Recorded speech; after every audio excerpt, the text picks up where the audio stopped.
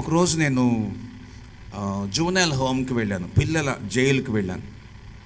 అక్కడ వాక్యం చెప్పడానికి పిల్లల జైలుకి వెళ్ళినప్పుడు అక్కడ పిల్లలకి మాకు అవకాశం ఎట్లా అంటే వాక్యం చెప్పే అవకాశం లేదు, కానీ మేము ఏం చేసేవాళ్ళం, పప్పెట్ షో చేయడానికి మాకు పర్మిషన్ ఉంది. నాకు లైసెన్స్ ఉంది జైలుకి వెళ్ళి పిల్లలకి పప్పెట్ షో చేయటానికి, మ్యాజిక్ షో చేయటానికి, కొంచెం మోరల్ టీచింగ్ చేయటానికి నాకు లైసెన్స్ నేను తెచ్చుకున్నాను. కనుక నేను పప్పెట్ షో చేయటానికి వెళ్ళేవాడిని. నెమ్మదిగా పప్పెట్ షో చేస్తూ చేస్తూ వారికి దేవుని యొక్క ప్రేమను గురించి చెప్పడం మొదలుపెట్టాం. ఒక వారము వారికి ప్రత్యేకంగా కుటుంబము ఫ్యామిలీ వీక్ అని పెట్టేవాళ్ళు నెలలో. సో ఫ్యామిలీ వీక్లో జైలర్ నన్ను అడిగాడు, ఏమనంటే, అయ్యా మీరు వస్తున్నారు కదా, పిల్లలకి ఫ్యామిలీ వాల్యూస్ గురించి చెప్పండి అన్నాడు. రైట్, ఫ్యామిలీ వాల్యూస్ గురించి చెప్పడానికి మేము సిద్ధపడ్డాం. మేము అడిగాం పిల్లలకు ముందుగానే, జైలుకి వెళ్ళక ముందు ఆయన అడిగాను, ఎంతమంది పిల్లలు ఉంటారు అని అంటే ఆయన అన్నాడు, ఒక 200 మంది పిల్లలు ఉన్నారు అన్నాడు.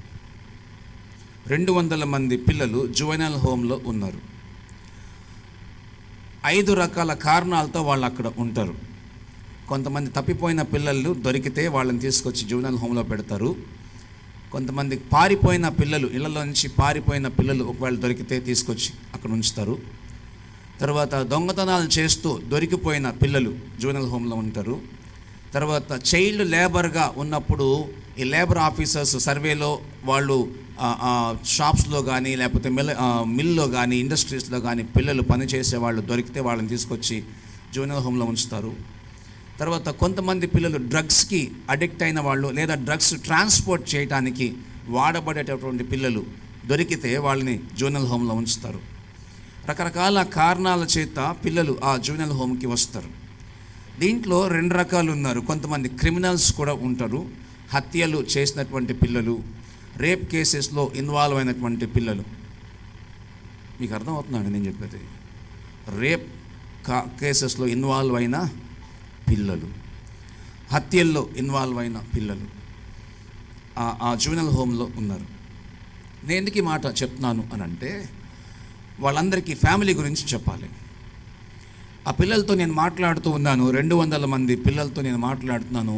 నేను అడిగాను మొదటి ప్రశ్న ఏమందంటే, మీలో ఎంతమందికి నాన్న అంటే ఇష్టమో చేతులు ఎట్టింది రా అన్నాను. ఒక్కడు కూడా చేయట్లేదు. 200 మంది పిల్లల్లో ఒక్కళ్ళు కూడా చేయట్లేదు. నేను మరలా వాళ్ళని అడిగాను, వాళ్ళకి అర్థమైందో లేదో అని, ఎవరు చేయట్లేదు. అమ్మ అంటే ఎంతమందికి ఇష్టమో చేతులు ఎత్తండి అన్నాను. 15 మంది చేతులు ఎత్తారు దగ్గర. మేము క్యాల్కులేట్ చేసాం, లెక్కలేసాం ఎంతమంది చేస్తారు అంటే వాళ్ళ ఆ చేతులు లెక్క వేసాం. అమ్మ అంటే 15 మందికి ఇష్టం. నేను వాళ్ళని అడిగాను మరలా తర్వాత, ఎందుకు నాన్న అంటే ఇష్టం లేదు అని అంటే వాళ్ళు చెప్పినటువంటి కారణాలు అంటే, నాన్న రోజు తాగొచ్చి కొడతాడు, అమ్మని కొడతాడు, మమ్మల్ని కొడతాడు, అందుకే నాన్న అంటే ఇష్టం లేదు.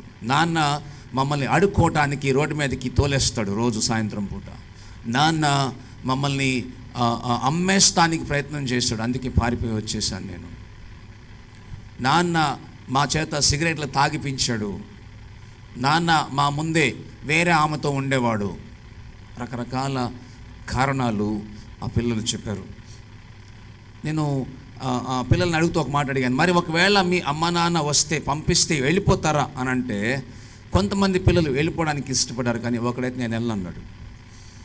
నేను వాడిని అడిగాను, ఎందుకు వెళ్ళవరా అన్నాను. నేను ఇంటికి వెళ్ళనన్నా, ఇంటికి వెళ్ళను, ఒకవేళ పంపిస్తే ఇంటికి కూడా వెళ్ళను, కానీ బస్ స్టాండ్లో పడుకుంటా అన్నాడు. ఇంటికి ఎందుకు వెళ్ళవన్నా, ఇల్లు అంటే నాకు ఇష్టం లేదు అన్నాడు. వాడికి కోపం వస్తూ ఉంది. ఇల్లు అని అంటే చాలా కోపంతో ఉన్నాడు వాడు ఇంటి మీద. ఎందుకు అని అంటే, వాళ్ళ నాన్న వాడిని అమ్మేశాడు, వాడు పారిపోయి వచ్చాడు. కొంతమంది పిల్లల్ని అడిగాను, మీరు ఇంటికి ఎందుకు వెళ్ళరు అని అంటే, వాళ్ళు అన్నారు, మా అమ్మ నాన్న మమ్మల్ని అడుక్కోవడానికి రోడ్డు మీద చెత్త ఏరడానికి తీసుకువెళ్తారు, అది మాకు ఇష్టం లేదు, కాబట్టి మేము పోము. కొంతమంది పిల్లలకి అమ్మ అంటే ఇష్టం లేదు, కొంతమంది పిల్లలకి నాన్న అంటే ఇష్టం లేదు. ఎందుకంటే వాళ్ళ యొక్క ప్రవర్తన వీళ్ళకి నచ్చలేదు. తాగి వచ్చి రోజు తన్నుకుంటారు, కాబట్టి మాకు ఇష్టం లేదు.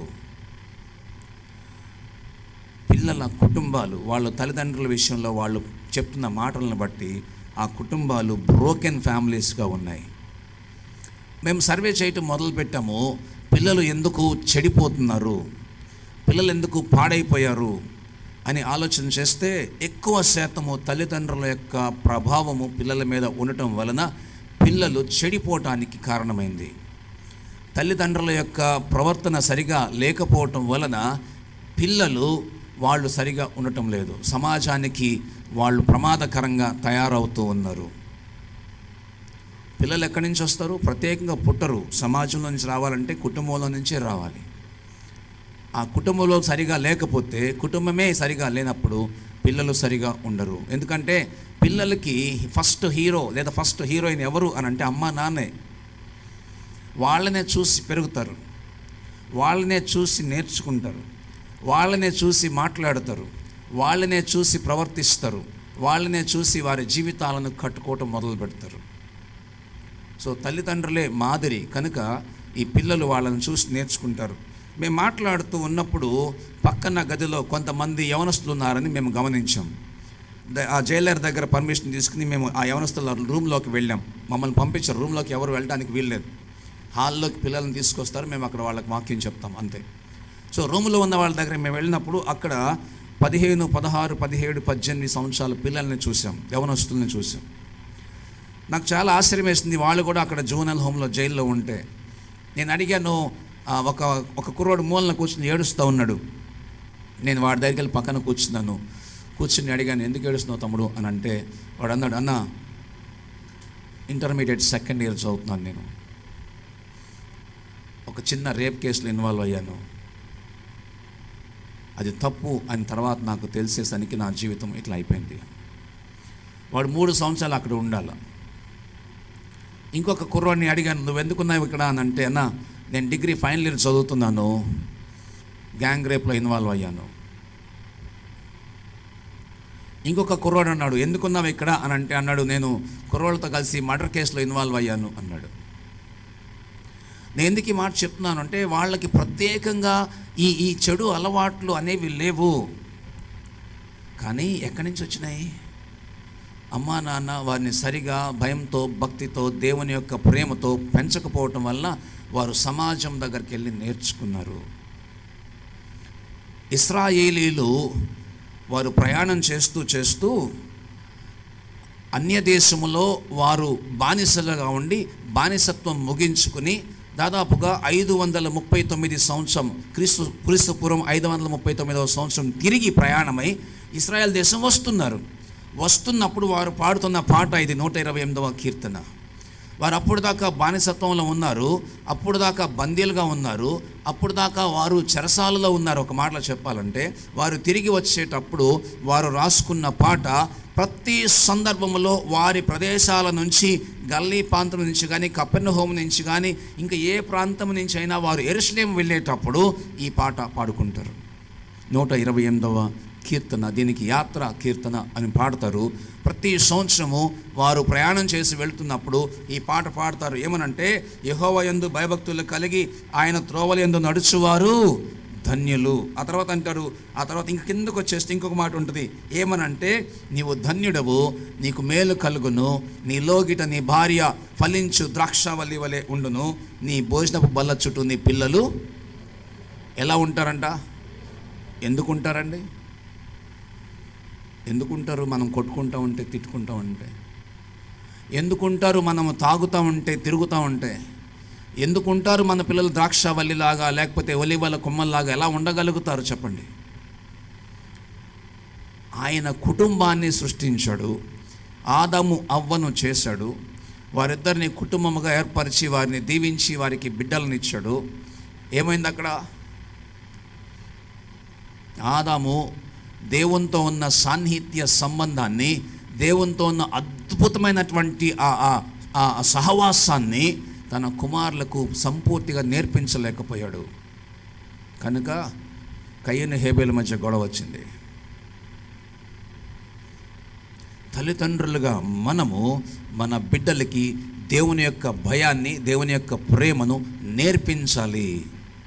అలా నేర్పించకపోతే ఆ బిడ్డలు తర్వాత సమాజంలోనూ కుటుంబానికి ప్రమాదకరంగా తయారవుతారు.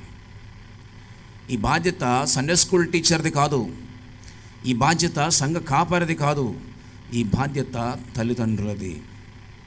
ఎందుకు అనంటే బైబిల్లో ఆయన రాయబడినటువంటి మాటను బట్టి నేను మీకు చెప్తాను. ఇశ్రాయేలీయుల యొక్క కుటుంబంలో దేవుడు ఒక నిబంధన, ఒక కట్టడి పెట్టాడు. ఏంటి ఆ కట్టడి అంటే, ప్రతిరోజు సాయంత్రం వారు కుటుంబముగా చేరి వారు భోజనము చేయటానికి ముందు దేవుడు వారికి నేర్పించినటువంటి ఆజ్ఞలు చదవాలి.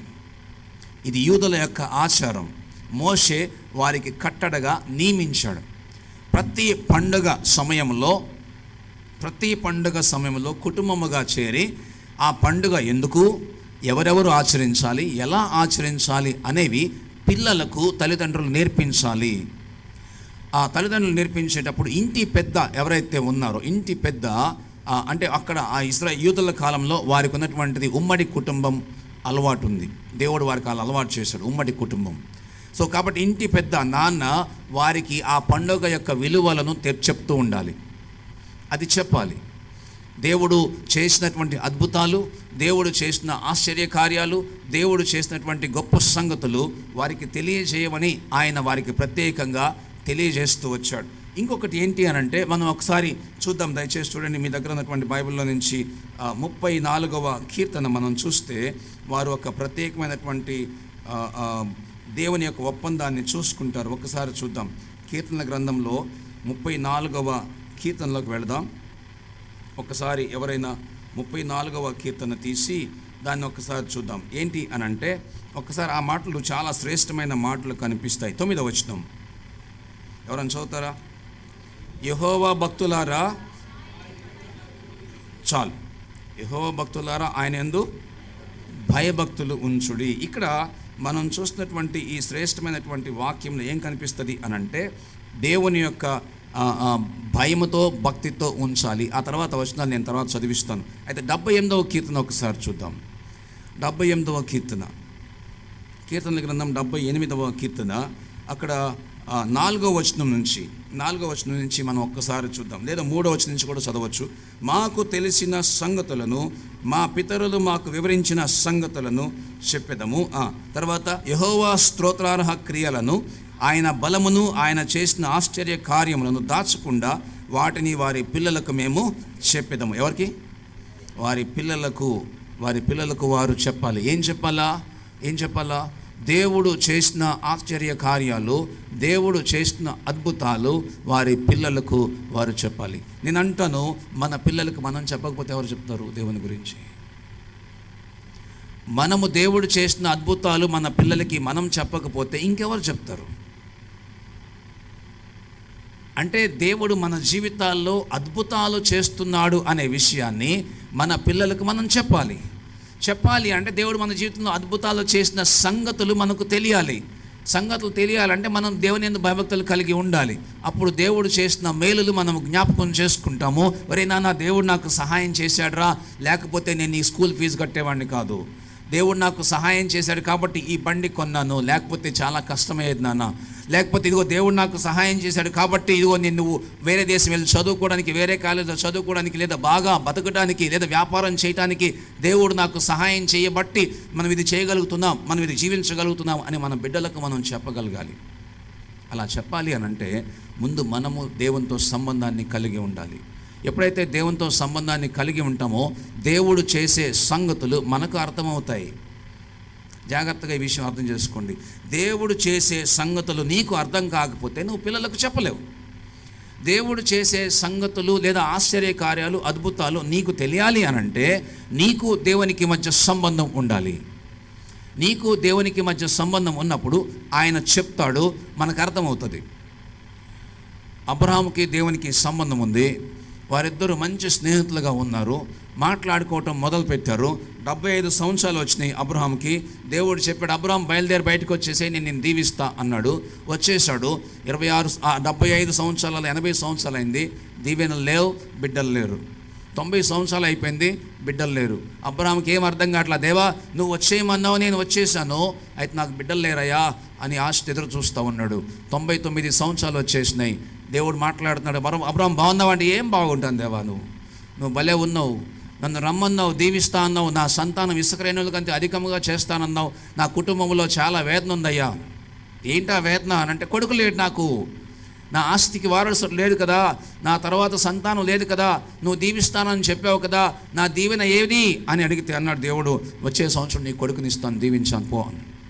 100 సంవత్సరాల వయసులో ముసలోడు అయిపోయినప్పుడు దేవుడు అబ్రహాముకి ఆశ్చర్య రీతిగా, సైన్స్కి వ్యతిరేకంగా అసాధ్యమైనటువంటి సంఘటనను అబ్రహాము జీవితంలో చేయడం ద్వారా దేవుడు ఇస్సాకునిచ్చాడు. అది అబ్రహాము ఇస్సాకుకి చెప్పాడు, రే దేవుడు అసాధ్యమైన దానిని చేయగలడు. అబ్రహాము ఇస్సాకుకి నేర్పించాడు. కాబట్టి ఇస్సాకు వాళ్ళ నాన్న అంటే అబ్రహాము ఇస్సాకును తీసుకుని మోరియా పర్వతం మీదకి వెళ్ళి అక్కడ అబ్రహాము ఇస్సాకుని చంపడానికి కత్తి ఎత్తినప్పటికీ కూడా ఇస్సాకు లోబడే ఉన్నాడు. 16-17 సంవత్సరాల వయసు ఆ సమయానికి ఇస్సాకుకి దగ్గర ఉంటాయి, టీనేజ్. అట్లాంటి పిల్లోడిని పట్టుకుని కొండ మీదకు తీసుకెళ్తున్నప్పుడు కొడుకు అడిగాడు, నాన్న మనం కొండ మీదకి బలి అర్పణకి వెళ్తున్నాను అన్నావు కదా, గొర్రెపిల్ల కావాలి కదా అంటే, ఎవరే అవసరం లేదురా దేవుడు అక్కడ చూసుకుంటాడులే అన్నాడు. అబ్రహాంకి భయం వేసి ఉంటుంది, నువ్వే గొర్రెపిల్లలాగా నేను చంపేమన్నాడు దేవుడు అని చెప్పలేక, దేవుడు అక్కడ చూసుకుంటాడులే అని విశ్వాసంతో చెప్పేశాడు. తీరా కొండ మీదకి వెళ్ళిన తర్వాత రాళ్ళని పేర్చిన తర్వాత గొర్రెపిల్ల కనిపించకపోతే ఈ ఇస్సాకు ఆశతో ఎదురు చూస్తుంది, ఏమైందబ్బా ఏది గొర్రెపిల్ల అంటే, ఆ గొర్రెపిల్ల కాదు నువ్వే అని చెప్పి చేతులు కాళ్ళు కట్టేసి ఆ పిల్లోని తీసి నిలబెట్టి దాని మీద పడుకోబెడితే, ఓ తోపు తోసి పారిపోవచ్చు కదా అక్కడి నుంచి కొడుకు, నన్ను చంపేస్తావు నువ్వు అని తోసేసి వెళ్ళిపోవచ్చు. అబ్రహాముని అక్కడి నుంచి తోసేసి పారిపోవచ్చు ఇస్సాకు. కానీ ఇస్సాకు అట్లా చేయలేదు. ఇస్సాకు లోబడ్డాడు. ఎందుకో తెలుసా? వాళ్ళ నాన్నకు దేవునికి ఉన్న సంబంధము, వాళ్ళ నాన్నతో దేవుడు మాట్లాడిన మాటలు, వాళ్ళ నాన్నకు దేవునికి మధ్య జరిగినటువంటి సంభాషణలోని ఆశ్చర్య కార్యాలు, అద్భుతాలు, ఆయన యొక్క శక్తి ఏమిటో అబ్రహాము తన కొడుకుకి వివరించి ఉంటాడు. కనుక కొడుకు దేవుణ్ణి నమ్మి వాళ్ళ నాన్న మాటకు లోబడి అక్కడ తల వంచి బలి అర్పణ అర్పించబడటానికి సిద్ధపడ్డాడు. మనలో మనం ఎంతమంది మన పిల్లలకి దేవుడు చేసిన అద్భుతాల గురించి మన పిల్లలకి చెప్తున్నాం? చెప్పండి. 15-16 సంవత్సరాలు రాగానే నాన్నకి పిల్లలకి మధ్య చాలా గ్యాప్ వచ్చేస్తుంది. రే మీ నాన్న ఉన్నాడా అని పిల్లల్ని అడిగాను, ఏమో రా మా అమ్మని అడుగుతాను ఆగంటాడు. ఆడికి తెలియదు వాళ్ళ నాన్న ఎక్కడికి వెళ్ళాడు. ఈయన రాగానే అడుగుతాడు, అమ్మాయి మీ కొడుకు వచ్చాడా అని అంటాడు. అరే నాన్న చిన్నోడు ఇంట్లో ఉన్నావా అనడు, అమ్మాయి నీ కొడుకున్నాడా అని అంటాడు. లేదా చిన్నోడు వచ్చాడా అని అంటాడు, లేదా పెద్దోడు వచ్చాడా అని అంటాడు. ఈయన చూడొచ్చు కదా, ఇంట్లోకి వచ్చాడు కదా, ఇంట్లో చూడు. కొడుకు వచ్చాడా, అరే నాన్న రే ఎక్కడున్నావరా అని పిలవడు. పెద్దోడు వచ్చాడా, వచ్చాడు, ఓకే రైట్ ఉన్నాడు, గొప్ప మాట్లాడము మనం కదండి. ఒక వయసు వచ్చిన తర్వాత కొంచెం గ్యాప్ వచ్చేసింది, వాడితో మాట్లాడము మనం.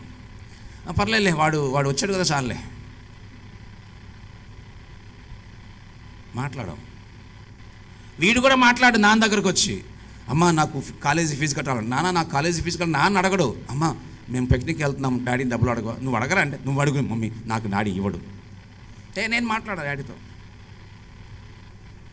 ఏమైంది? నాన్నే ఎత్తుకుని పెంచాడు, నాన్నే చిన్నప్పటి నుంచి తిరుగుతూనే ఉన్నాడు. వాడు ఏడిస్తే ఎత్తుకున్నావు, ఆడికి తినిపించావు, ఆడికి ముద్దలు పెట్టావు, అన్నీ చేసావు.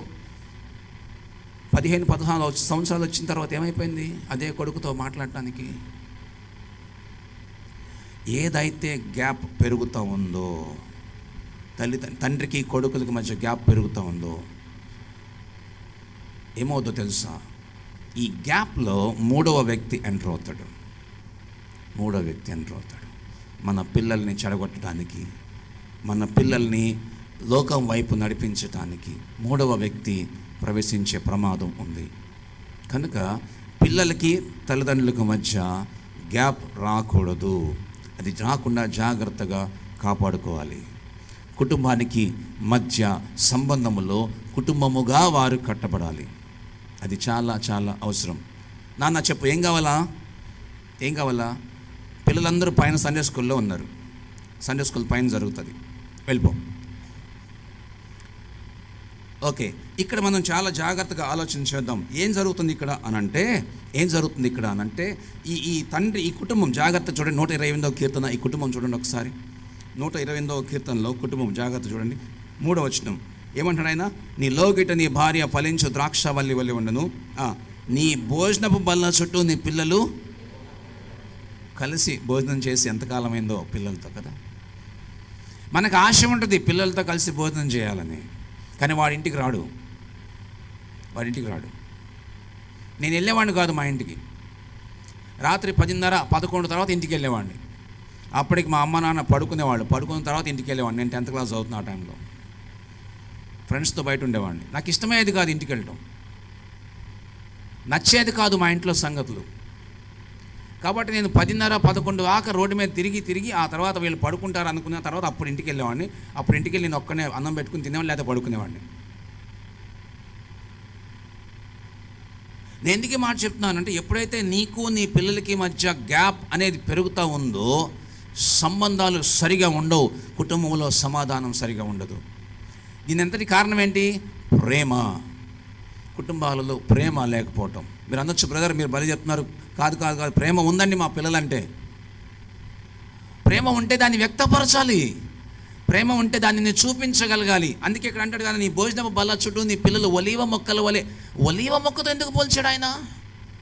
తుమ్మ మొక్కలతో ఎందుకు పోల్చలా?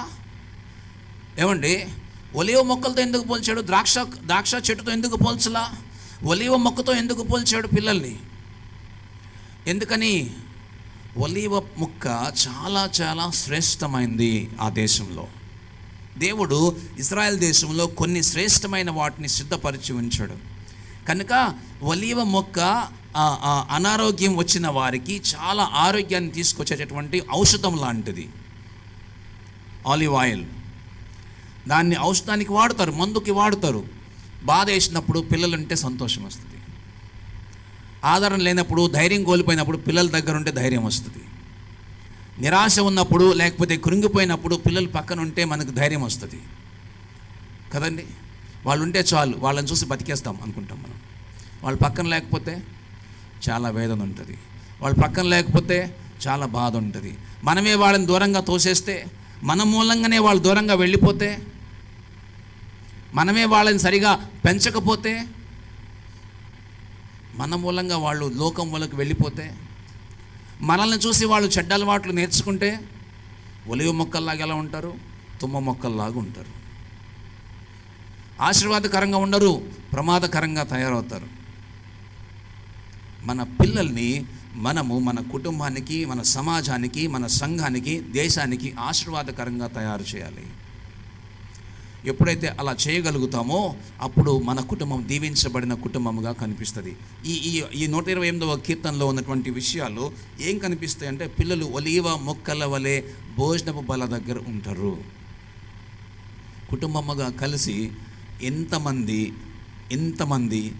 సార్ మేము కుటుంబం కలిసి భోజనం చేసి చాలా కాలమైంది. ప్రతిరోజు భోజనం చేస్తారు కుటుంబముగా కలిసి.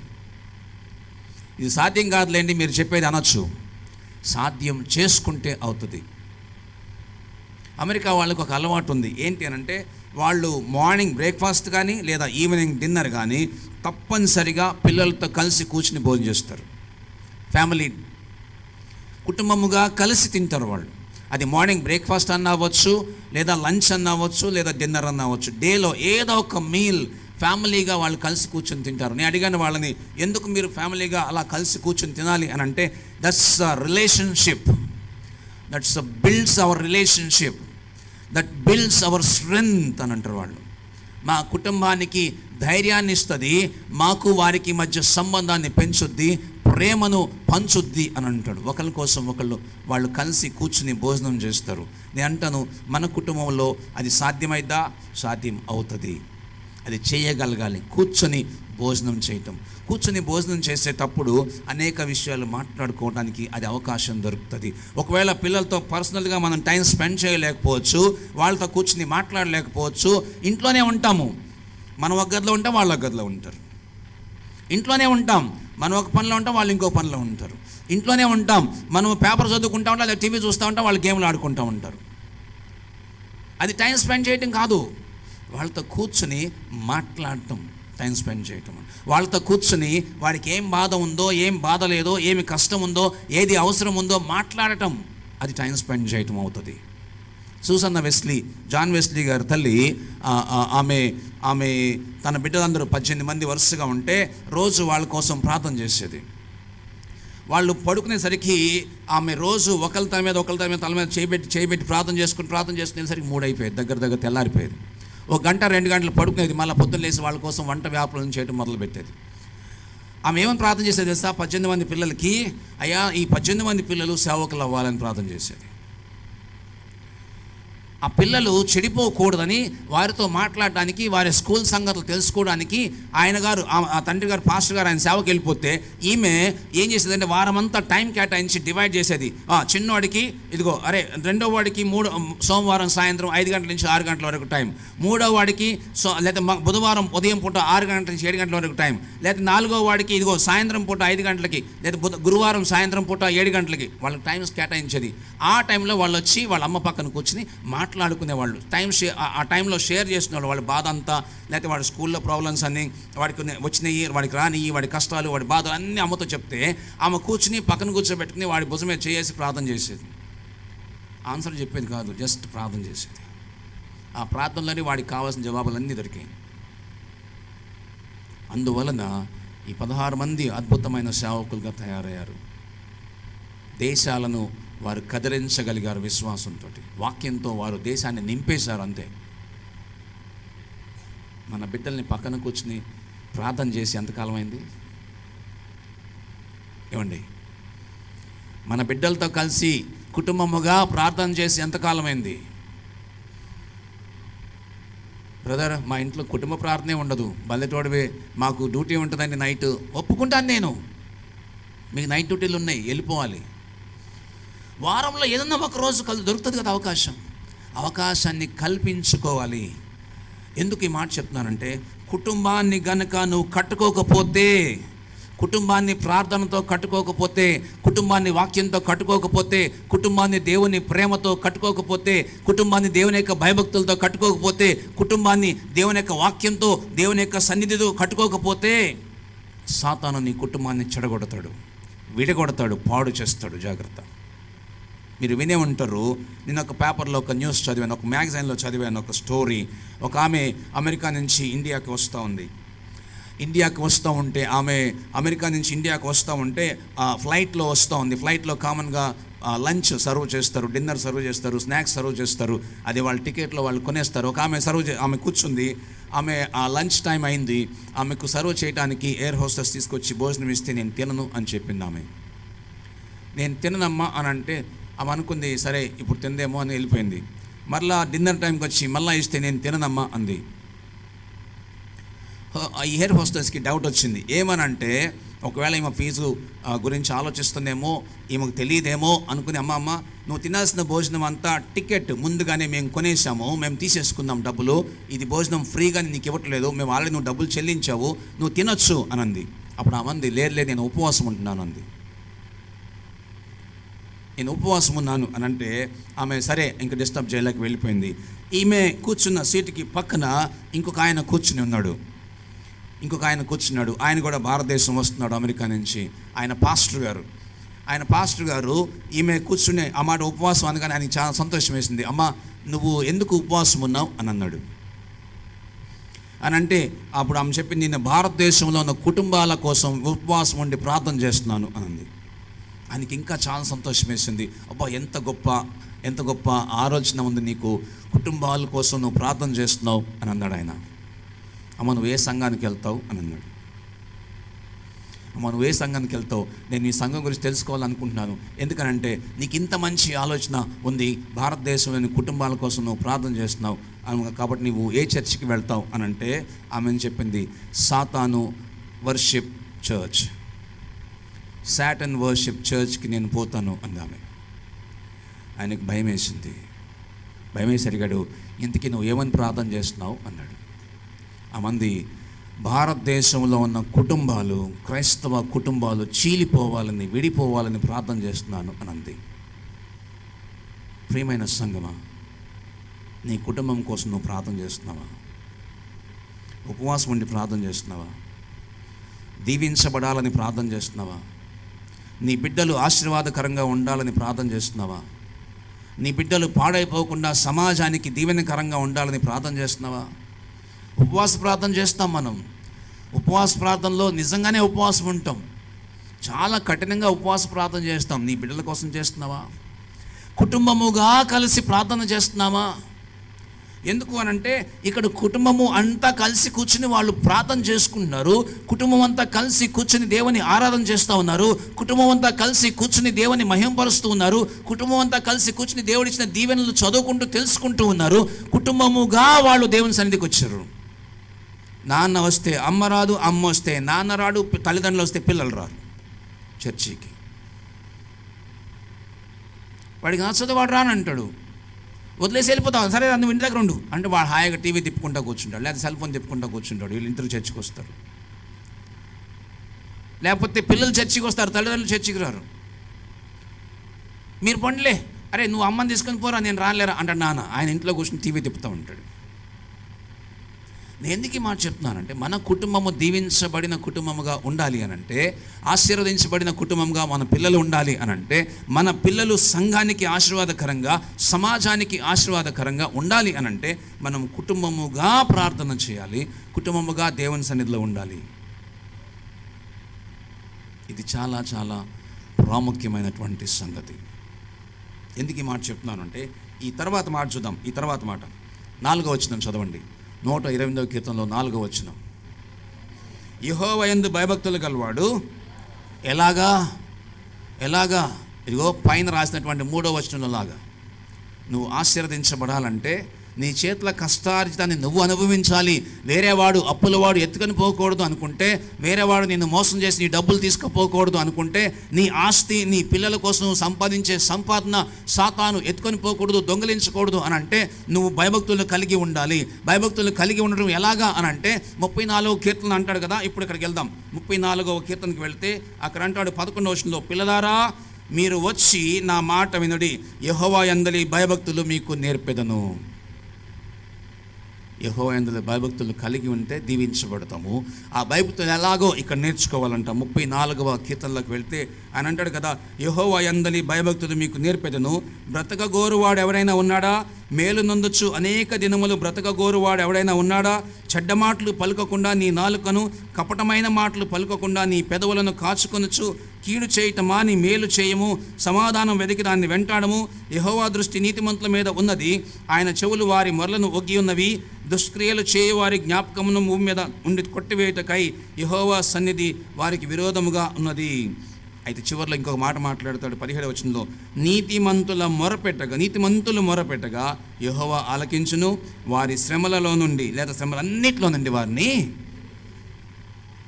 శ్రమలు లేని, బాధలు లేని, అవమానాలు లేని, నిందలు లేని, కష్టాలు లేని, లేకపోతే ఇబ్బందులు లేని కుటుంబం ఏదైనా ఉందా ఈ లోకంలో? లేదు.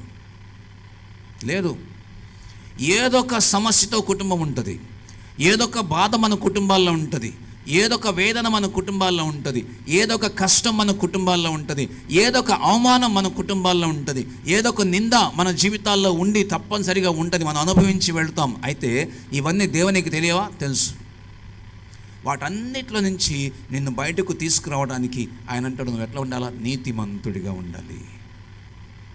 నీ హృదయంలో ఉన్న బాధ ఆయనకు తెలుసు, నువ్వు పడిన అవమానం ఆయనకు తెలుసు, నువ్వు వెళ్తున్నటువంటి నిందల గుండా వెళ్తున్నటువంటి నీ జీవితం గురించి ఆయనకు తెలుసు, నీ అప్పుల బాధలు ఆయనకు తెలుసు, నీ కుటుంబంలో కష్టాలు నీకు తెలుసు, నీ అనారోగ్యం యొక్క బాధలు నీకు ఆయనకు తెలుసు, లేకపోతే నీ వ్యాపారంలో వచ్చే నష్టాల గురించి ఆయనకు తెలుసు, నువ్వు చేసేటటువంటి పనిలో ఎదుర్కొన్నటువంటి శ్రమ, కష్టం, నింద, బాధ, చేతికి కష్టం రావట్లేదు, ఆ చేతిలో యొక్క కష్టార్జితం రావట్లేదు, వాటి గురించి కూడా దేవునికి తెలుసు.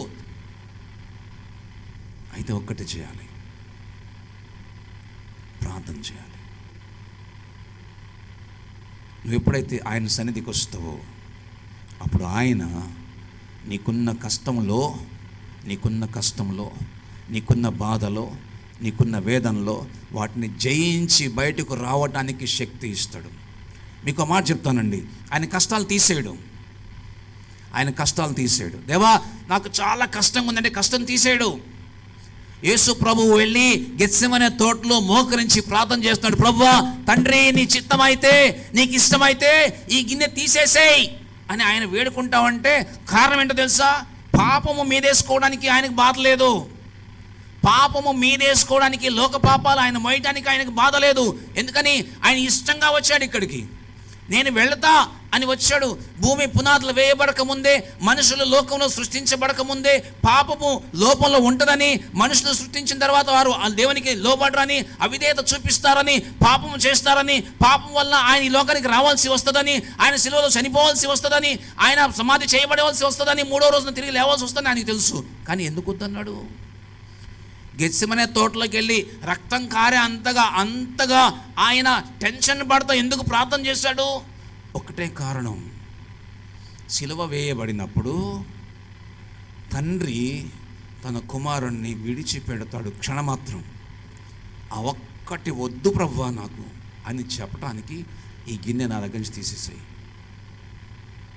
నీతో సంబంధాన్ని తెంచుకోవడానికి నేను ఇష్టపడలేదు, ఆయనను నీ చిత్తమే అని అంటాడు.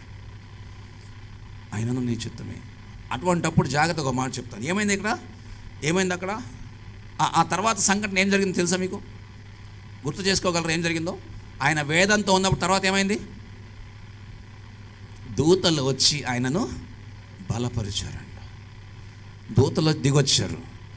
దేవుడు గిన్నె తీసేలా, దేవుడు గిన్నె తీసేలా, దేవుడు శ్రమలు తీసేలా, దేవుడు నిందలు తీసేలా, వాటన్నిటిని జయించడానికి శక్తి ఇచ్చాడు. కష్టాలు ఉన్నాయా? బాధపడాల్సిన అవసరం లేదు. అనారోగ్యం ఉందా? బాధపడొద్దు. నింద వచ్చిందా? భయపడొద్దు. లేకపోతే అవమానపడ్డావా? భయపడొద్దు, బాధపడొద్దు. వాటన్నిటిలో నుంచి వాటిని జయించి ముందుకు రావటానికి, వారి ముందే ఆశీర్వాదకరంగా నిలబడటానికి దేవుడు నీకు శక్తి ఇస్తాడు. ఆమేన్, హల్లెలూయా. ఎందుకు ఈ మాట చెప్తున్నాను అంటే, వాక్యంలో ఆయన ఏమంటాడు? నీ కష్టాలు తీసేస్తా, నా దగ్గరకు వస్తే, నన్ను నమ్మితే నువ్వు దీవించబడిపోతావు, నన్ను నమ్మితే నీకు బిల్డింగ్ బై బిల్డింగ్ నువ్వు కట్టేసుకోగలుగుతావు, నన్ను నమ్మేస్తే నీకు అన్ని రకాలుగా ఇచ్చేస్తాను అంటలా ఆయన నమ్మితే రక్షణ వచ్చుద్ది, ఆయన నమ్మితే పరలోకం వెళతాం, ఆయన నమ్మితే ఆశీర్వాదాలు ఉంటాయి, ఆయన నమ్మితే హృదయంలో నెమ్మది ఉంటుంది, ఆయన నమ్మితే మనకు దీవించబడతాం, ఆయన నమ్మితే మనకు సంతోషం ఉంటుంది, ఆయన నమ్మితే కష్టాల్లో కూడా నెమ్మది కలిగి హాయిగా జీవించగలం మనం. అది చాలా చాలా ప్రాముఖ్యం. ఒక ట్రైన్ చాలా స్పీడ్తో వెళ్తూ ఉంది. ట్రైన్ చాలా స్పీడ్తో వెళ్తూ ఉంటే చాలామంది భయపడ్డారు. అది వెళ్ళాల్సిన స్పీడ్ కంటే, నార్మల్ స్పీడ్ కంటే కొంచెం ఎక్కువ స్పీడ్తో వెళ్తూ ఉంది. అందరూ చాలా జాగ్రత్తగా మొత్తాన్ని రాడ్లను పట్టుకుని కూర్చున్నారు. ఒక అబ్బాయి చాలా కూల్గా కూర్చున్నాడు. చాలా కూల్గా కూర్చుంటే పక్కన వాళ్ళు చెప్పారు, నేను గట్టిగా పట్టుకోరని, ఆయన పడిపోతాం, మీరు చాలా స్పీడ్గా వెళ్తున్నారంటే, ఏం పర్లేదు అని. నీకు అంత ధీమా ఏంటంటే, ఎందుకనంటే డ్రైవింగ్లో ఉంది మా డాడీ అన్నాడు వాడు. మా డాడీ డ్రైవ్ చేస్తాడు, సో ఐ నో హిమ్. మా డాడీ డ్రైవింగ్ ఎట్లా ఉంటుందో నాకు తెలుసు కాబట్టి I don't need to fear for anything, for any reason. నాకు భయపడాల్సిన పని లేదు, ఎందుకంటే నన్ను నడిపిస్తుంది ఎవడు? మా నాన్న. ఈ వాక్యాన్ని చదవటం అర్థమైతే, ఈ వాక్యాన్ని చదవటంలో నువ్వు తెలుసుకోగలిగితే, వాక్యం లోపల ఉన్నటువంటి సత్యాలు నీకు అర్థమైతే, మనము దేనికి కూడా కదిలించబడము, దేనికి కూడా భయపడము. ఎందుకో తెలుసా? ఈ వాక్యంలో సత్యం ఉంది. ఈ వాక్యము దేవుని యొక్క వాక్కు. ఆయన మాటలు మనల్ని బ్రతికిస్తాయి, ఆయన మాటలు మనల్ని బలపరుస్తాయి, ఆయన మాటలు మనల్ని స్థిరపరుస్తాయి, ఆయన మాటలు మనకి ఆదరణ ఇస్తాయి, ఆయన మాటలు మనల్ని ముందుకు నడిపిస్తాయి, ఆయన మాటలు మనల్ని ముందుకు వెళ్ళడానికి కావాల్సిన విశ్వాసాన్ని తీసుకొస్తాయి. ఆయన వాక్యంలో సత్యం ఉంది, ఆయన వాక్యంలో జీవం ఉంది, ఆయన వాక్యంలో బలం ఉంది, ఆయన వాక్యంలో ధైర్యం ఉంది, ఆయన వాక్యంలో ఆదరణ ఉంది. ఆయన వాక్యం చదివితే నువ్వు దీవించబడతావు. వాక్యం చదవాలి. పొద్దున్న లెగుస్తాము, ఆఫీస్కి రెడీ అవుతాము, గబగబా క్యాలెండర్ వెతుక్కుంటాం, క్యాలెండర్లో ఒక వచనం ఉంటుంది, అది చదివేసి వెళ్ళిపోతాం. అది కాదు బైబిల్ చదవటం అంటే. అది కాదు బైబిల్ చదవటం అంటే. కూర్చుని, కుదురుగా కూర్చుని ఒక దగ్గర వాక్యం తీసి ఒక అధ్యాయం చదివి, దేవా నాతో ఒక్క నిమిషం మాట్లాడయ్యా, నాకు సహాయం చేయి అని వాక్యం చదివితే ఆయన మాట్లాడతాడు. ఎందుకో తెలుసా? ఈ వాక్యంలో ఆయన ఆదరణ ఉంచాడు, ఈ వాక్యంలో ఆయన ధైర్యాన్ని ఉంచాడు, ఈ వాక్యంలో ఆయన మాటలు ఉన్నాయి, ఈ వాక్యంలో ఆయన ఎంత గొప్పవాడో రాస్తుంది, ఈ వాక్యంలో ఆయన ఏమి చేయగలడో రాస్తుంది, ఈ వాక్యంలో ఆయన ఎలాంటి వాడో రాస్తుంది, ఈ వాక్యంలో ఆయనకి ఏది సాధ్యమో ఏది అసాధ్యమో రాస్తుంది. ఈ వాక్యము మన కోసమే, మన పరిస్థితి అందరికీ తగినట్టుగా రాసి పెట్టాడు. కాబట్టి మనం వాక్యాన్ని చదవాలి. మనం చదవటమే కాదు, మన పిల్లలతో చదివించాలి.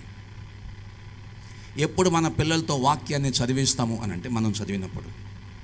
ఎప్పుడు మనం చదువుతామో దాంట్లో ఉన్న సత్యం మనకు అర్థమయ్యేది కాబట్టి, అది మనతో మాట్లాడుద్ది కాబట్టి, అప్పుడు మనం పిల్లలతో మాట్లాడగలుగుతాం. అరే నాన్న బైబిల్ చదువుకోరా.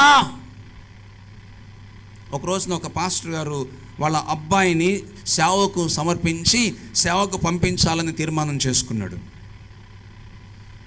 సేవకు సమర్పించి పంపించాలని కోరుకుంటే ఆ కొడుకున్నాడు, నేను సేవ చేయను అన్నాడు. ఒరే నాయన, నా తర్వాత నువ్వే సంఘాన్ని నడిపించాలరా, కాబట్టి నువ్వు సేవకుడికి వెళ్ళాలి, ట్రైనింగ్కి వెళ్ళరా అంటే వాడు ఇష్టపడలా.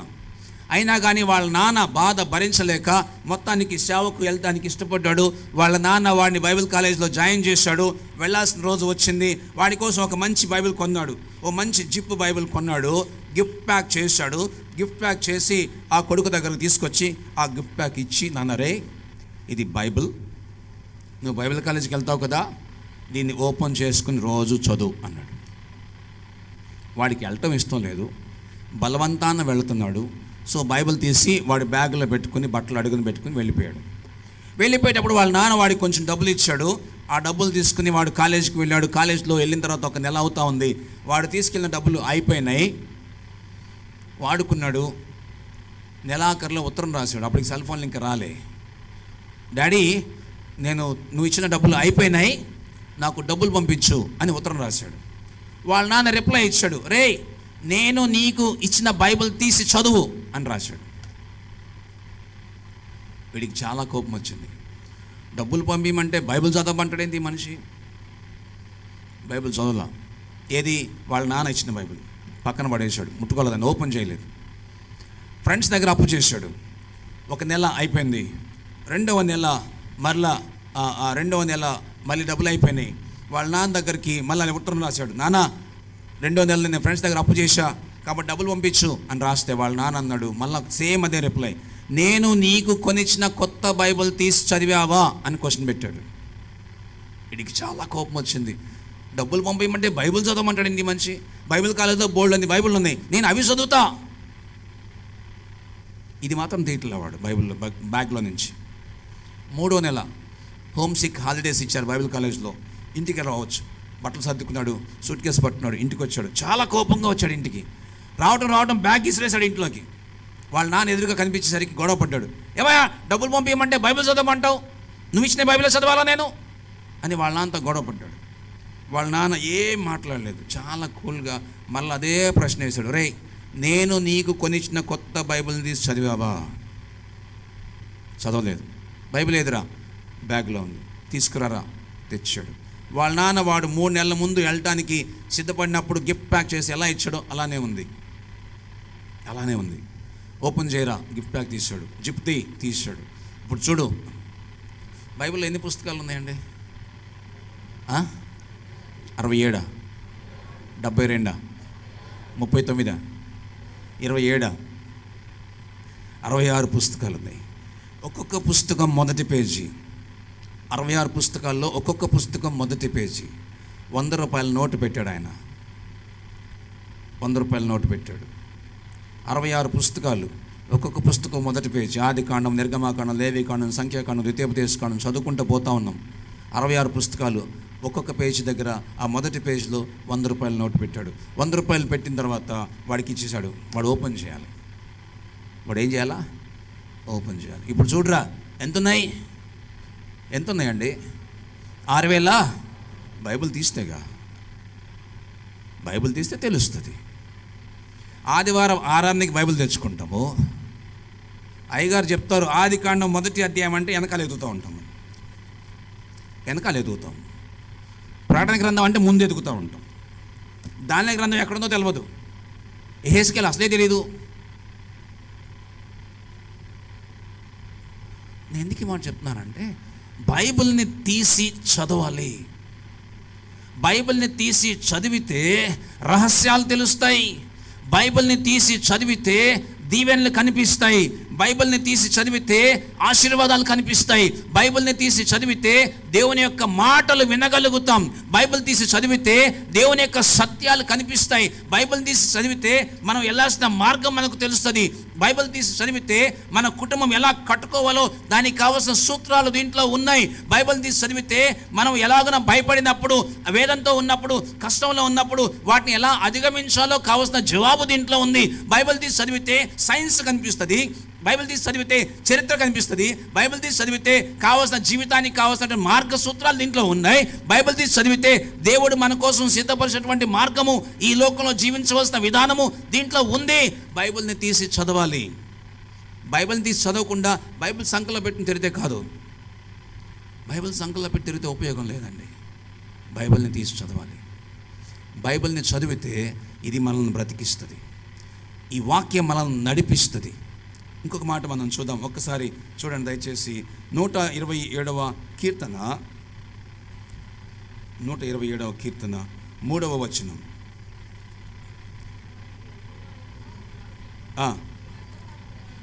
కుమారులు యెహోవా అనుగ్రహించు స్వాస్థ్యము, గర్భఫలం ఆయన ఇచ్చు. రైట్, ఇక్కడ అతి శ్రేష్టమైన పదాలు ఉన్నాయి. జాగ్రత్తగా వినండి. దేవుడు మనకు బిడ్డలను ఇచ్చాడు. ఎట్లా ఇచ్చాడు? ఎట్లా ఇచ్చాడండి? ఎట్లా ఇచ్చాడు? ఒకటే వచనము 2 భాగాలు ఉన్నాయి. జాగ్రత్త చూడండి. కుమారులు, నేను చదవను, పిల్లలు అని చదువుదాం. పిల్లలు యెహోవా అనుగ్రహించు స్వాస్థ్యం. స్వాస్థ్యము అంటే ఆస్తి. ఆస్తి అంటే విలువైంది. పిల్లలు చచ్చినోడు ఎడకపోయాడు ఇప్పుడు దాకా. రే గాడిద కొడుకు ఎడకపోయినావు ఎవరంటారన్నమాట? అమ్మ తిట్టుతే నాన్న తిడతాడు. రే గాడిద కొడుకు అన్నాడు అనుకోండి, మరి ఈయనెవరు? ఈయన పెద్ద గాడిద, డాడీ గాడిద, ఆడేం గాడిద కొడుకు. ఒక ఆయన బస్సు ఎక్కిస్తున్నాడు. ఆయన వైఫ్, నేను ఆయన పిల్లల్ని ఎక్కిస్తూ ఉన్నాడు. ఆయన ఎక్కిస్తా వాళ్ళు చాలామంది ఉన్నారు, ఒక 5-6 ఉన్నారు. ఎక్కిస్తా తిడతా ఉన్నాడు అనమాట. రే సువార్కే బచ్చే చెడ్రే అంటా ఉన్నాడు. ముస్లిం ఆయన ఎక్కిస్తున్నాడు పిల్లల్ని, తిడుతున్నాడు. ఏమని? సువార్కే బచ్చే చెడ్రే అంటాడు. పంది పిల్లలారా ఎక్కండ్రా అంటున్నాడు ఆయన. అంటే ఈయనెవరు? Daddy pig. ఆమె ఎవరు? Mummy pig. వాళ్ళెవరు? పిగ్లెట్స్. టీవీలో పిల్లలకు ఒక కార్యక్రమం వచ్చింది. డాడీ పిగ్, మమ్మీ పిగ్ కదా, పిల్లలు చూస్తారు. ఈ కార్టూన్ ప్రోగ్రామ్ ఒకటి వస్తుంది. పప్పా పిగ్. Thank you. అబ్బా పర్లేదు. పప్పా పిగ్. పప్పా ఎవరు? పప్పా ఎవరు? డాడీ ఎవరు? దీవించబడిన, ఆశీర్వదించబడిన కుటుంబముగా మనం ఉండాలి అని అంటే మన పిల్లలకి వాక్యాన్ని నేర్పించాలి. మన బిడ్డల్ని దీవించాలి, శపించకూడదు. ఎందుకు తెలుసా? వాళ్ళు ఎలాంటి వాళ్ళు? వారు స్వాస్థ్యముగా ఉన్నారు. వారు విలువైన వారు, పనికిరాని వారు కాదు. చేతకానోడా అని తిడతాం మనం. దేవుడు వాళ్ళని అట్లా చేయలేదు. పనికిరాని దానా అని తిడతాం మనం. అట్లా చేయలే దేవుడు వాళ్ళని ఆశీర్వాదకరంగా చేశాడు. ఆయన విలువైన వారిగా చేశాడు. మనం వారిని విలువైన వారిగానే చూడాలా. 2వ మాటలో చూడండి, ఏమనుంది? 3వ వచనం 2వ భాగం. గర్భఫలము ఆయన ఇచ్చు. బహుమానం అంటే విలువైందేనా? పనికొచ్చేదేనా? శ్రేష్టమైందేనా? శ్రేష్టమైందా కాదా? శ్రేష్టమైంది. అంటే పిల్లలు శ్రేష్టమైన వారు. గుర్తుపెట్టుకోండి, మన పిల్లలు విలువైన వారు, మన పిల్లలు శ్రేష్టమైన వారు, మన పిల్లలకు తలాంతులు ఉన్నాయి, మన పిల్లలు దీవించబడిన వారుగా దేవుడు మనకి ఇచ్చాడు. వారిని అలాగున గమనించాలి. వారి తలాంతులు ఏందో తెలుసుకోవాలి. వారికి ఏది కష్టమో ఏది అవసరమో చూడాలి. వారు ఏమి చేయగలరో ఏమి చేయలేరో చూడాలి. వారికి అలాగున దేవుని వాక్యం ద్వారా భయంతో భక్తితో వారిని నేర్పించి పెంచాలి. వారి తలాంతులు ఏవో మనకు తెలియదు, వారికి ఏమి వస్తుందో మనకు తెలియదు, వారికి ఏమి రాదో మనకు తెలియదు, వారేమి నేర్చుకుంటున్నారో మనకు తెలియదు, వారేమి నేర్చుకోలేదో మనకు తెలియదు. పట్టించుకోము మనం. అరే వాళ్ళని చూడరా ఎంత చక్కగా చర్చిలో పాటలు పాడుతున్నారు. నీ పిల్లలు పాడరా? వాడు కూడా పాడతాడు, నువ్వు నేర్పిస్తేగా. అసలు వాడికి వచ్చా రాదో నువ్వు తెలుసుకుంటేగా. అరే వాడిని చూడరా మంచి కీబోర్డ్ కొడతాడు. వాడు కాదు, నన్ను చూడు ఇక్కడ అంటాడు. వాడు కాదు, నన్ను. మన పిల్లల్లో ఏవి తలాంతులు ఉన్నాయో లేవో తల్లిదండ్రులు గమనించి వాటిని బయటకు తీసుకొచ్చి వారిని పెంచాలి. ఎందుకో తెలుసా? దేవుడు బిడ్డలను పుట్టించేటప్పుడు బై బర్త్ ఇన్బిల్ట్ టాలెంట్స్ ఉంటాయి వాళ్ళకి, ఇన్బిల్ట్ టాలెంట్స్. ఎందుకో తెలుసా? ఒక్కసారి ఆదికాండంకి వెళ్దాం. ఆదికాండం 1వ అధ్యాయం 26వ వచనం చూద్దాం. ఆదికాండం 1వ అధ్యాయం 26వ వచనం ఏముంది అక్కడ? దేవుడు మన స్వరూపమందు మన పోలిక చొప్పున ఎవరిని చేయాలా? ఎవరు మాట్లాడుతున్నారు ఈ మాట? దేవుడు ఎవరితో మాట్లాడుతున్నాడు? ఎవరితో మాట్లాడుతున్నాడు? ఆదికాండం 1వ అధ్యాయం 26వ వచనంలో దేవుడు మాట్లాడుతున్నాడు. ఎవరితో మాట్లాడుతున్నాడు? ఆదమమ్మలతో కాదు, దేవదూతలతో కాదు, తండ్రి కుమార పరిశుద్ధాత్మ ముగ్గురు కలిసి కూర్చున్నారు పరలోకంలో, ఓ సమావేశం పెట్టుకున్నారు. ఏంటి ఆ సమావేశం అంటే మనం నరులను చేయాలి. ఎవరిని చేయాలా? నరులను చేయాలి. ఎలా చేయాలా? మన పోలికలో చేయాలి, మన స్వరూపంలో చేయాలి, మన క్యారెక్టర్ ఇచ్చి చేయాలి, మన టాలెంట్స్ ఇచ్చి చేయాలి, మన క్రియేటివిటీ ఇచ్చి వాళ్ళని చేయాలి. గుర్తుపెట్టుకోండి, దేవుడు మనల్ని తయారు చేసినప్పుడు లేదా మనల్ని పుట్టించినప్పుడు ఆయన యొక్క లక్షణాలు, ఆయన యొక్క గుణగణాలు, ఆయన యొక్క తలాంతులు, ఆయన యొక్క ఉన్నటువంటి ఇమేజ్ని ఇచ్చి మనల్ని తయారు చేశాడు. మనల్నే కాదు, మన పిల్లలను కూడా తయారు చేశాడు. సో కాబట్టి వాళ్ళలో ఉన్నటువంటి తలాంతుల్ని మనం గుర్తించాలి, వాళ్ళలో ఉన్నటువంటి క్రియేటివిటీని గుర్తించాలి. అబ్బా మా వాడండి ఏదన్నా పట్టుకుంటే చాలు టకటకటక చేసేస్తాడు. నిజమే. మరి వాడిని నువ్వేం చేయాలా? ఏం చేయాలా? భయభక్తుల్లో పెంచాలి.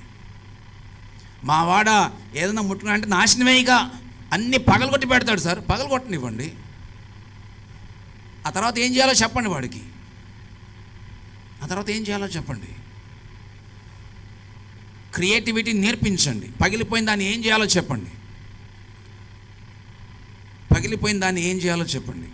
జపాన్లో ఒక అలవాటు ఉంది వాళ్ళకి. పగిలిపోయిన వస్తువుల్ని వాళ్ళు విలువైన వస్తువుగా తయారు చేస్తారు. పగిలిపోయిన వస్తువుల్ని విలువైన వస్తువులుగా తయారు చేసే అలవాటు వాళ్ళకు ఉంది. ఏంటా విలువైన వస్తువు అంటే, ఉదాహరణకి ఒక కుండ తీసుకుందాం, లేకపోతే ఒక పింగాణి గిన్నె తీసుకుందాం. పగిలిపోయింది మనం ఏం చేస్తాం? పింగాణి గిన్నె పగిలిపోయిందని ఏం చేస్తామండి? పగలగొట్టి పడేస్తాం, చెత్తబుట్టలో పడేస్తాం. వాళ్ళని చేయరట్లాగా. దానిని తీసుకెళ్ళి ఏం చేస్తారంటే ఆ పింగాణి గిన్నె చక్కగా దాన్ని అతికిస్తారు. ఎట్లా అతికిస్తారో తెలుసా? మంచి గమ్ముతో అతికిస్తారు. దానికి ఆ పగుల దగ్గర బంగారు పూత వేస్తారు, లేదా వెండి పూత వేస్తారు. ఇప్పుడు దానికి ఏమైంది? పగులు వచ్చింది, కానీ ఆ పగుల మీద ఏముంది? ఇప్పుడు బంగారు పూత ఉంది. ఇప్పుడు దాన్ని తీసుకెళ్ళి మార్కెట్లో అమ్ముతారు వాళ్ళు. మార్కెట్లో పగులు ఉంది, దాని మీద ఏముంది? బంగారం ఉంది. కాబట్టి దానికి విలువ వచ్చింది. పగిలిపోయినా కానీ దానికి విలువ వచ్చింది, పగిలిపోయినా కానీ దానికి ఖరీదు వచ్చింది. ఇంతకుముందు అది 10 రూపాయలు, ఇప్పుడు 1000 రూపాయలు. తప్పనిసరిగా కొనుక్కుంటాడు. ఎందుకంటే దాంట్లో ఏముంది? బంగారం ఉంది. ఇంతకుముందు కిచెన్లో వాడబడేది, ఇప్పుడు ఎక్కడ పెడతారు? తీసుకెళ్ళి దాన్ని షోకేస్లో. ఇంతకుముందు కిచెన్లో ఉండేది ఎక్కడో మూలలో ఉండేది, పగిలిపోయింది, దానికి బంగారం పూత వేశారు. ఇప్పుడు ఆ బంగారం పూత ఎక్కడ ఉంది? ఇప్పుడు కిచెన్లో మూలం లేదు, షోకేస్లో పెట్టాం, ఎగ్జిబిషన్ హాల్లో ఉంది. ఎందుకని? దానికి విలువ ఉంది.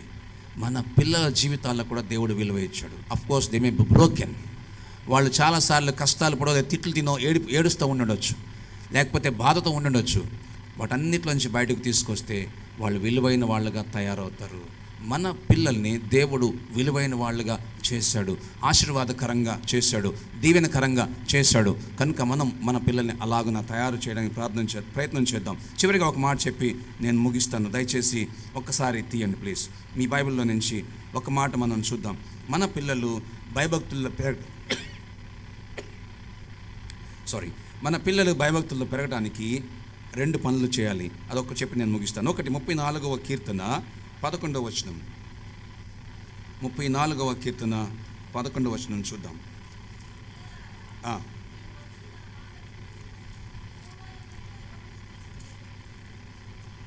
చదవమ్మా ప్లీజ్. తర్వాత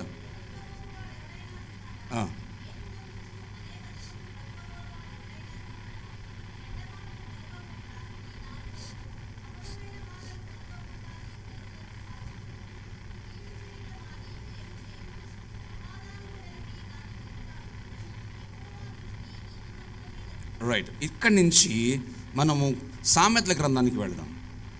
అది అక్కడే పట్టుకోండి. సామెతల గ్రంథం 3వ అధ్యాయానికి వెళ్దాం. 5వ వచనం, 3వ అధ్యాయం 5వ వచనం. నీ స్వబుద్ధిని ఆధారము చేసుకొనక నీ పూర్ణ హృదయంతో యెహోవాయందు నమ్మిక ఉంచుము. నీ ప్రవర్తన అంతటి యందు ఆయన అధికారమునకు ఒప్పుకొనుము.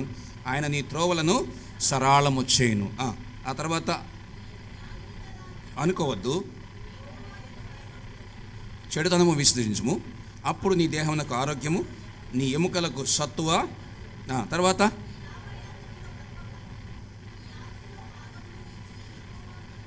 రైట్, ఇక్కడ ఏం కనిపిస్తుంది అని అంటే, జాగ్రత్తగా ఈ పదాలు అర్థం చేసుకుందాం. ఈ మాటలు నేను చదువుతున్నాను, 128వ కీర్తన నేను చదువుతున్నాను, 128 సామ్ నేను చదువుతాను. యెహోవా యందు భయభక్తులు కలిగి ఆయన త్రోవల్లో నడుచుకోవాలంటే చెడుతనం విడిచిపెట్టాలి, పాపాన్ని విడిచిపెట్టాలి, లోక సంబంధమైన ఆలోచనలు విడిచిపెట్టాలి, లోక సంబంధమైన జీవితాన్ని విడిచిపెట్టాలి. అది 34వ కీర్తన మనం చూస్తున్నాం. ఆ తర్వాత ఇంకో మాట అంటాడు, ఆయన త్రోవలందు నడుచువారందరూ అని అంటాడు. ఆ త్రోవలు నడుచుకోవాలంటే ఎక్కడ రావాలా?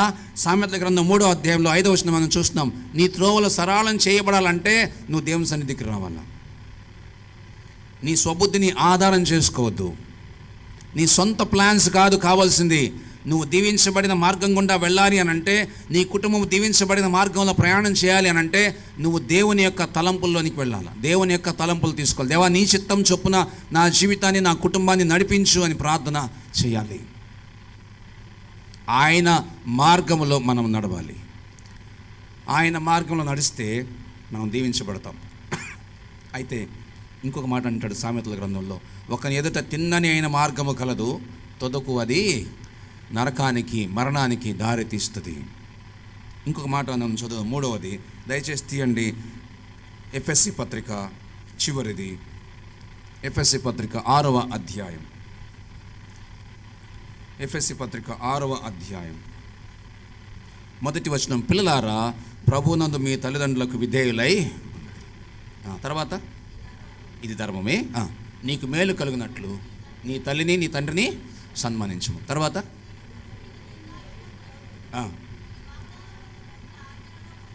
ఇంకొకటి ఉంది, తండ్రులారా మీ పిల్లలకు కోపం రేపక ప్రభువు యొక్క శిక్షలోను బోధలోను ఎవరు పెంచాలి? సండే స్కూల్ టీచర్ కాదు, ఎవరు పెంచాలి? తల్లిదండ్రులు పెంచాలి. సండే స్కూల్ టీచరు వాళ్ళని సరిగ్గా వాక్యం నేర్చుకునే లేదో గమనించి వారిని దేవుని భయభక్తుల గురించి నేర్పిస్తారు. కానీ వాళ్ళని శిష్యులుగా తయారు చేయడం, శిక్షల్లో పెంచడం ఎవరిది అంటే తల్లిదండ్రులదే. Parents are the first teachers, parents are the first priest, parents are the first heroes. మనము మన పిల్లల ముందు మాదిరికరంగా ఉండాలి. మీరు మాదిరికరంగా ఉంటే మీ పిల్లలు మాదిరికరంగా ఉంటారు. మీరు దీవెనకరంగా నిలబడితే వారు దీవించబడతారు.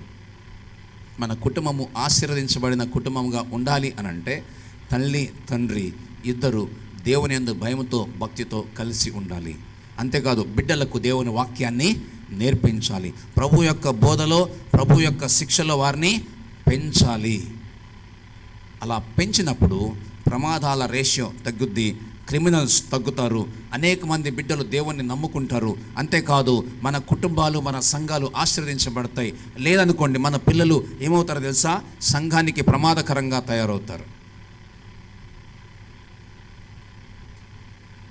సంఘానికి స్తంభాల్లాగా ఉండవలసిన పిల్లలు సంఘానికి క్యాటర్ పిల్లర్ లాగా తయారవుతారు.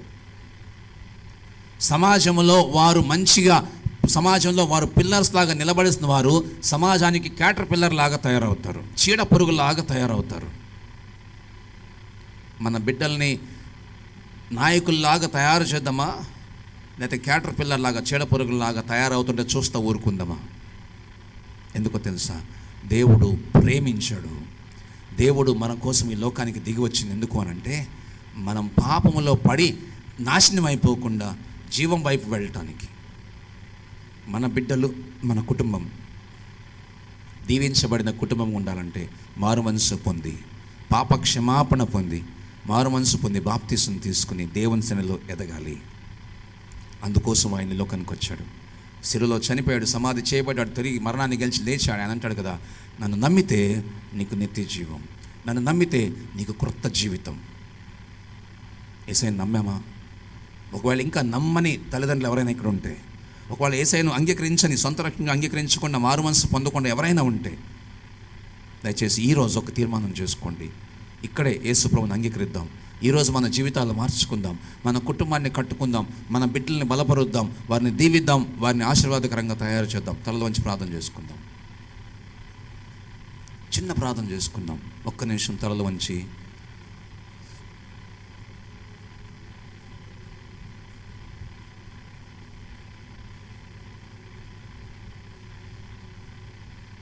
ఎవరు అటు ఇటు చూడొద్దు.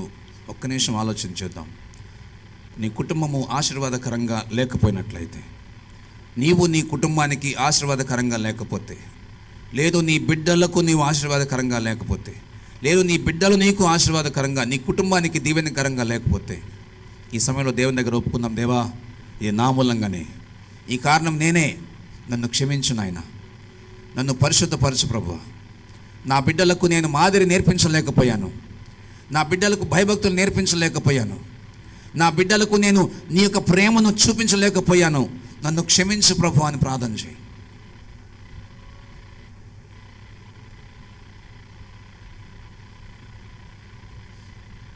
ఇప్పటిదాకా నీ బిడ్డల గురించి నువ్వు తీవ్రంగా ఆలోచించకపోతే, ఇక్కడి నుంచి అయినా ఆలోచించడానికి తీర్మానం చేసుకో. ప్రభువా, నేను ఇప్పటిదాకా వాళ్ళని పట్టించుకోలేదు, వాళ్ళ మీద నిర్లక్ష్యంగా ఉన్నాను, నన్ను క్షమించు. ఇక నుంచి వారిని ప్రేమిస్తాను, ఇక నుంచి వారిని దీవిస్తాను, ఇక నుంచి వారిని పట్టుకుంటానయ్యా, ఇక నుంచి వారిని చక్కగా నీ ప్రేమలో పెంచుతానయ్యా. తీర్మానం చేసుకుందాం. ఎందుకో తెలుసా? వారు విలువైన వారు, వారు శ్రేష్టమైన వారు, దేవుని స్వరూపంలో వారు చేయబడ్డారు. ఒకవేళ నువ్వు ఇంకా యేసు ప్రభువుని బిడ్డగా కాకపోతే, నువ్వు ఆ పని చేయలేవు. నువ్వు యేసయ్య బిడ్డవైతే ఆ పని చేయగలుగుతావు. యేసయ్య బిడ్డగా ఉండాలంటే ఆయన నువ్వు క్షమాపణ అడగాలి, మన పాపాలు ఒప్పుకొని పశ్చాత్తాపడాలి, మారు మనసు పొందాలి, యేసు ప్రభుని సొంత రక్షకునిగా అంగీకరించాలి. ఒకవేళ మీలో అలా ఎవరైనా ఈరోజు యేసు ప్రభుని సొంత రక్షకునిగా అంగీకరించడానికి ఇష్టపడితే, యేసయ్య బిడ్డగా ఉండాలని ఆశపడితే, తీర్మానం చేసుకోండి. అయ్యా, నేను పాపిని, నన్ను క్షమించు ప్రభు అని ప్రార్థన చేయి. నా హృదయంలో నీకు రా తండ్రి అని ప్రార్థన చేయి. నన్ను నీ బిడ్డగా చేసుకో అని ప్రార్థన చేయి. మన బిడ్డల్ని శిష్యులుగా తయారు చేయటానికి, మన బిడ్డల్ని ప్రభు యొక్క బోధలో, వాక్యంలో పెంచడానికి తీర్మానం చేసుకుందాం. మా తండ్రి, మాతో మాట్లాడినందుకు వందనాలు. మమ్మల్ని దీవించి బలపరచండి, మాకు సహాయం చేయండి, మీ ఆత్మతో నింపండి. మాతో మాట్లాడినందుకు వందనాలు నాయన. చాలాసార్లు మా ప్రభా, చాలా సందర్భాల్లో మా పిల్లల్ని నిర్లక్ష్యంగా వదిలేసాం అయ్యా. మా పిల్లల్ని గ్రాంటెడ్గా తీసుకున్నాం. మా పిల్లల్ని సరిగా పెంచలేదు నాయన. మా పిల్లలకి సరిగా వాక్యం బోధించలేదు ప్రభువా. మా పిల్లలకి మా ప్రభా నీ ప్రేమను అందించలేకపోయినాం అయ్యా. మమ్మల్ని క్షమించమని ప్రార్థిస్తున్నాం తండ్రి. మా నిర్లక్ష్యాన్ని క్షమించమని ప్రార్థిస్తున్నాం ప్రభా. ఇక నుంచి వారిని జాగ్రత్తగా పెంచడానికి, ఇక నుంచి ప్రభావాన్ని భయభక్తుల్లో పెంచడానికి, ఇక నుంచి నీ యొక్క వాక్యము యొక్క అడుగుజాడల్లో పెంచడానికి సహాయం చేయండి తండ్రి. మా కుటుంబాన్ని, మా యొక్క సంఘాన్ని దీవించండి, విస్తరింపచేయండి, మీరే మహిమ పొందండి తండ్రి. ఎవరైతే ఈరోజు మా ప్రభువా నిన్ను అంగీకరించారో, తీర్మానం చేసుకున్నారో, ఆ బిడ్డలను దర్శించమని, మీ ఆత్మతో నింపమని, మీరే మహిమ పొందమని మీకు వందనాలు, స్తోత్రాలు చెల్లిస్తూ యేసు నామమున ప్రార్థిస్తున్నాము తండ్రి. ఆమేన్. Thank you.